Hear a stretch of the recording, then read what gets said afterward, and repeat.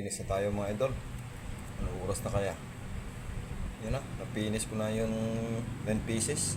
Lagyan muna natin ng stante kasi wala talaga. Yan lang muna lagyan. 9 pieces lang yan.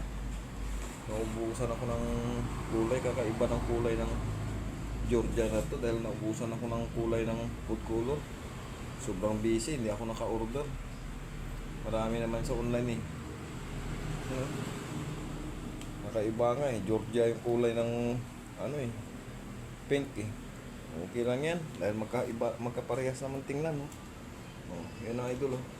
Papasok ko natin pasamantala yan kasi marami pa kong ayusin ng mga anong tinapay, pero ibibidyohan ko rin mamaya yan.